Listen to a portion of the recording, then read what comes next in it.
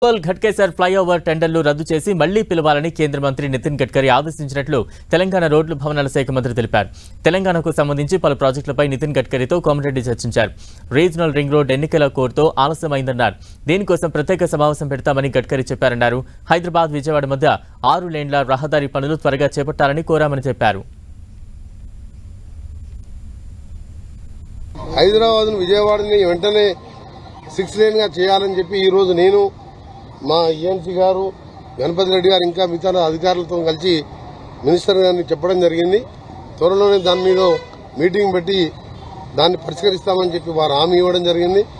Regional ring road కూడా దాన్ని separate గా మీటింగ్ పెడతాను, దాన్ని కూడా రివ్యూ చేద్దామని చెప్పి వారు చెప్పడం జరిగింది. దాంతోపాటు 16 రోడ్లు గత 3-4 సంవత్సరాలుగా పోయిన మా రాష్ట్ర ప్రభుత్వం పట్టించుకోకపోగా కేంద్ర ప్రభుత్వం మీద వాళ్ళు ఒత్తిడి తీసుకురావడం కానీ వాళ్ళని కలవడం చేయకపోతే ఆ రోడ్లు పెండింగ్ ఉన్న ఇంపార్టెంట్ రోడ్స్ లిస్టు 16 లిస్టు మీకు ఇస్తాం. మేము ఆ లిస్టు దాన్ని కూడా కొత్త నేషనల్ లెవెల్గా మారుస్తూ దాన్ని నేషనల్ నెంబర్ ఇచ్చుకుంటూ దానిని శాంక్షన్ చేయాలని చెప్పి వారికి రిప్రజెంట్ ఇచ్చినప్పుడు తప్పకుండా పరిశీలిస్తామని చెప్పి మెజార్టీ ఈ సంవత్సరం భారత్ మాల ప్లేస్ కొత్త పాలసీ కొత్తది వస్తుంది.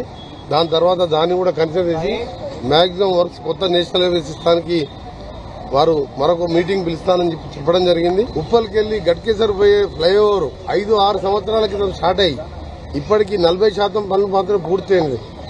దాని మీద కూడా మంత్రి గారి దృష్టికి తీసుకొస్తే వారు అక్కడ ఉన్న అధికారులకు ఆదేశాలు ఇచ్చిండు. టెర్మినేట్ చేసి కొత్త టెండర్ పిలిచి వెంటనే పూర్తి చేయాలని చెప్పి మంత్రి గారు హామీ ఇవ్వడం కాదు, ఆదేశాలు ఇచ్చినందుకు నా తరఫున మంత్రి గారికి ధన్యవాదాలు.